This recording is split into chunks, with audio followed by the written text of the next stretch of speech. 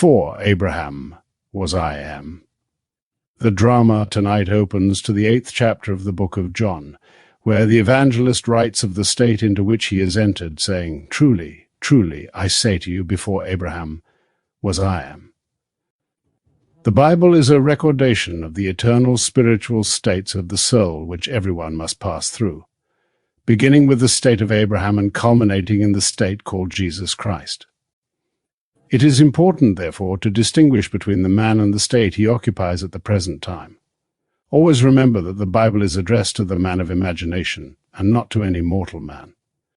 Blake said, "It must be understood that the persons Moses and Abraham are not here meant, but are states signified by those names, the individuals being representatives, or visions, of those states, as they were seen by mortal man in a series of divine revelations, and recorded in the Bible.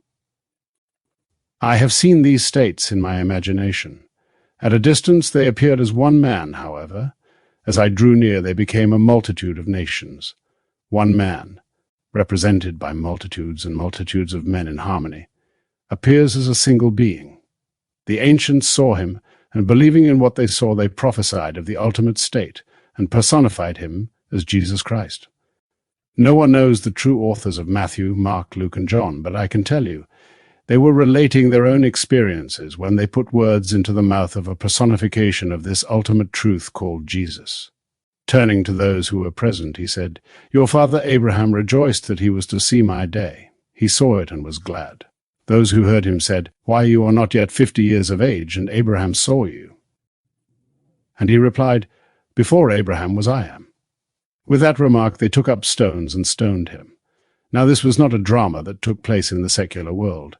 The evangelist is telling the truth, however, for being in the state of Jesus Christ, he knew he was the immortal being who was before Abraham.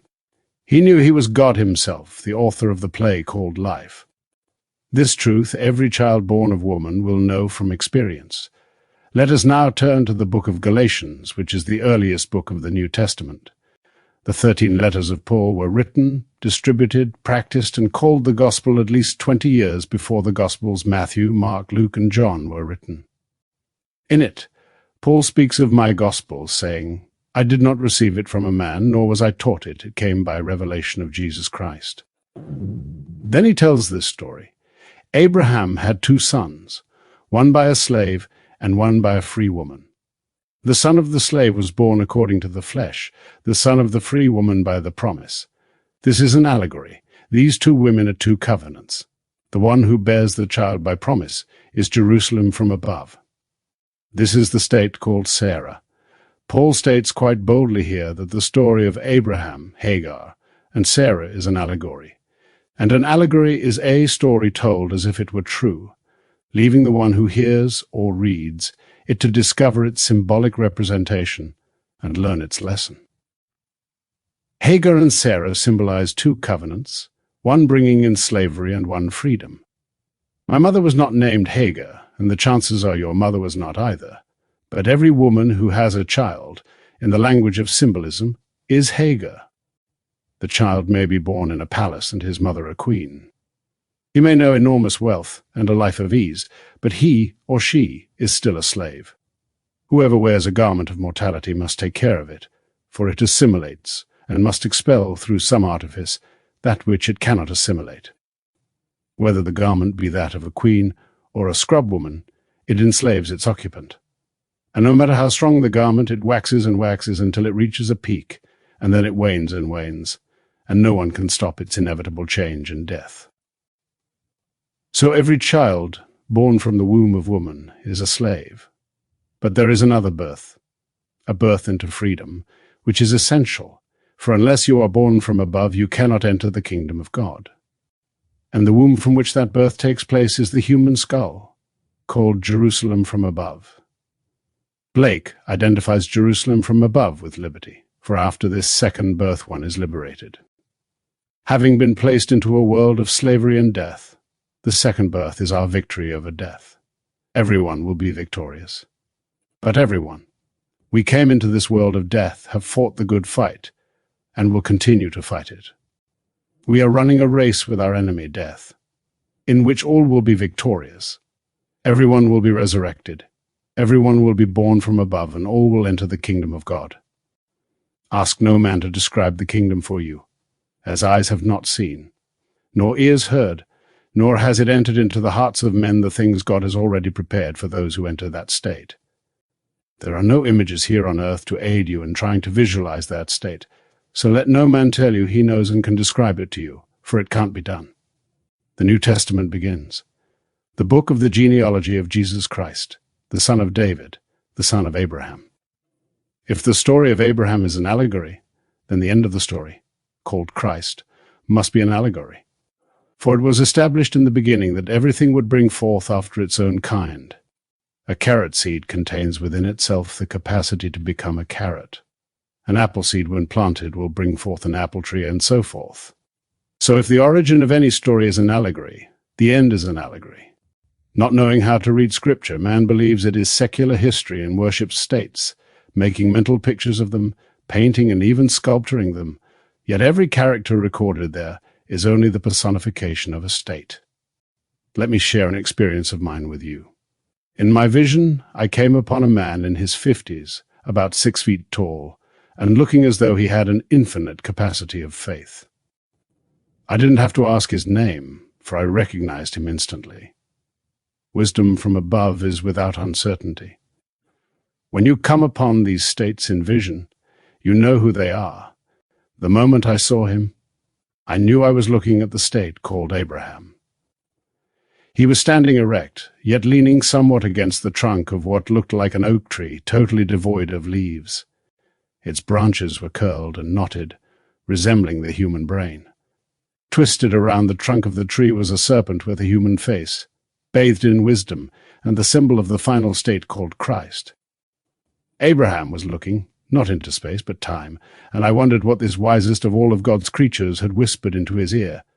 Paul personifies Scripture by saying, "The Scriptures, foreseeing that God would justify the Gentiles, preached the gospel beforehand to Abraham."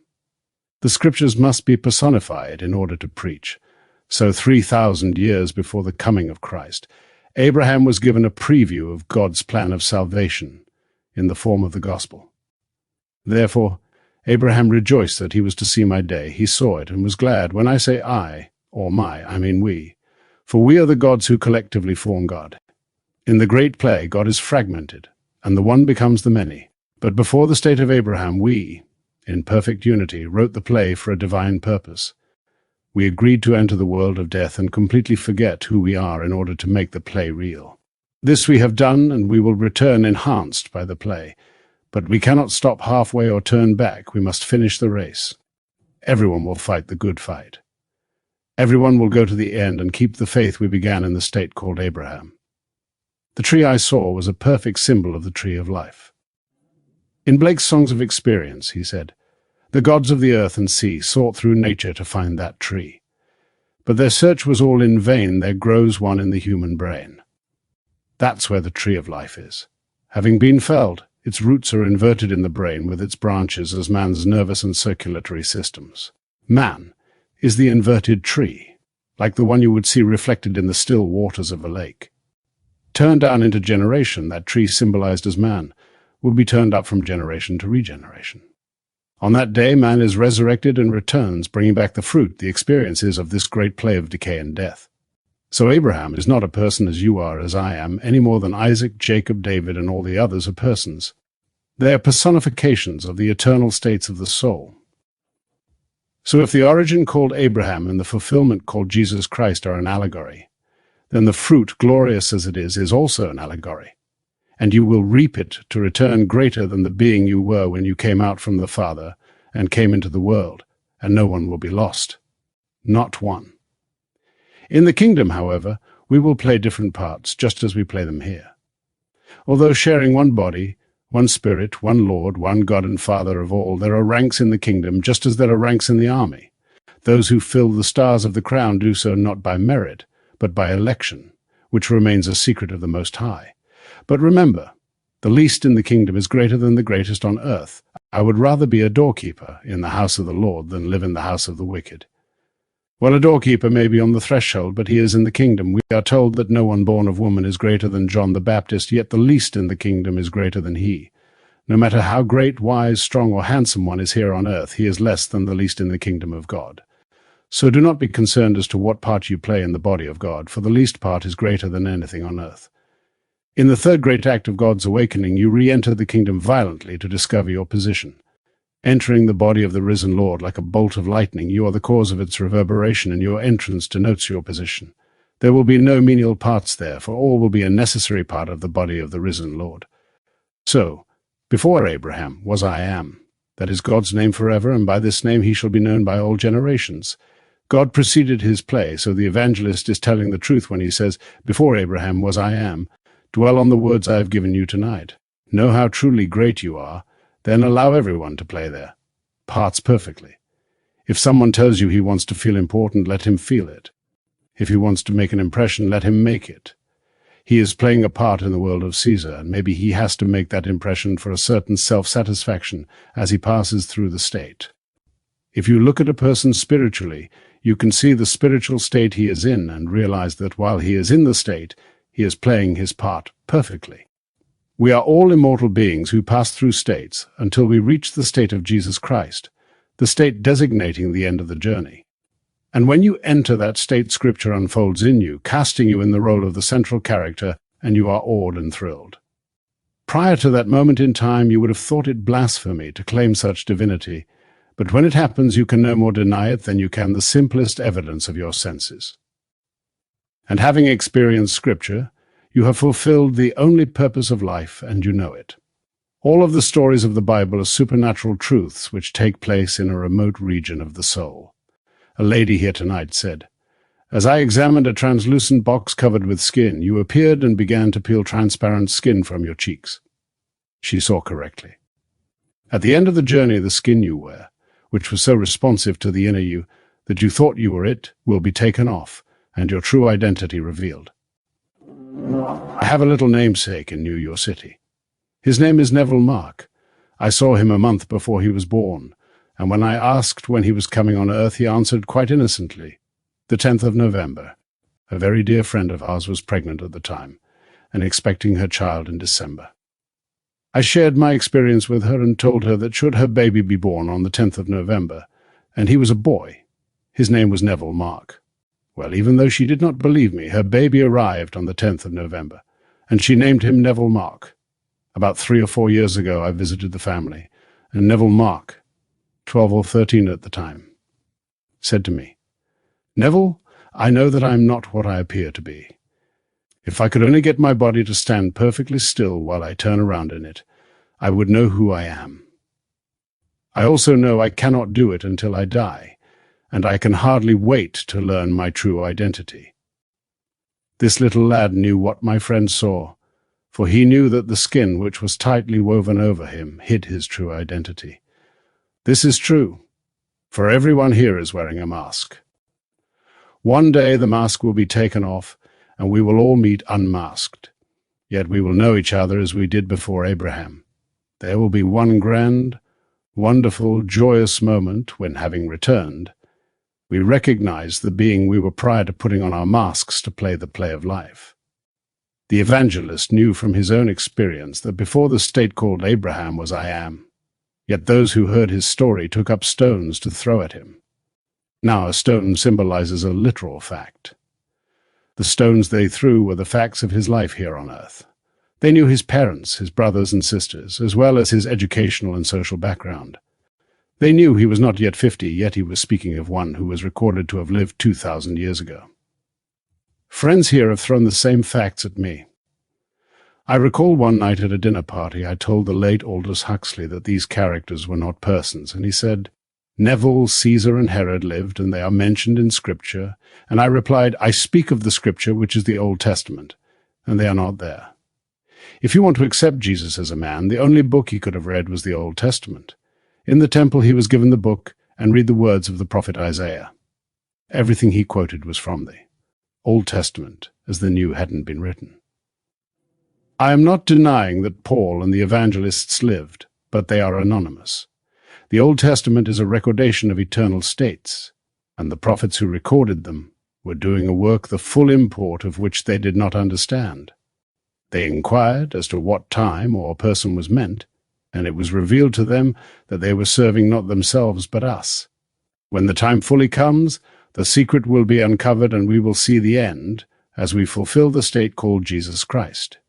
Each will enter it, one after the other, and all will experience everything that is recorded in the Scripture concerning Jesus Christ.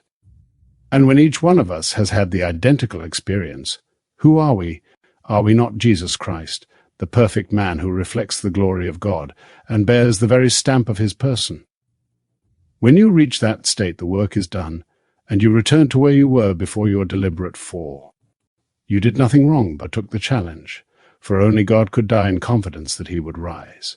We are the gods who took the challenge, who came down and entered these masks that decay and die to find ourselves restored, waxing once more, waning and dying. Restored, waxing, waning and dying, over and over and over until the end is reached. Then there is no more restoration, only resurrection, as we are lifted out of the world of death to enter the kingdom of heaven, the world of life. Everyone is destined to be in that kingdom, to play his predetermined part. For those whom he foreknew, he predestined to be conformed to the image of his Son, and those whom he predestined he called, and those whom he called he justified, and those whom he justified he glorifies. Everyone, even the least in the kingdom, will be glorified in the body of the risen Lord. And remember, before Abraham was I am. Now let us go into the silence.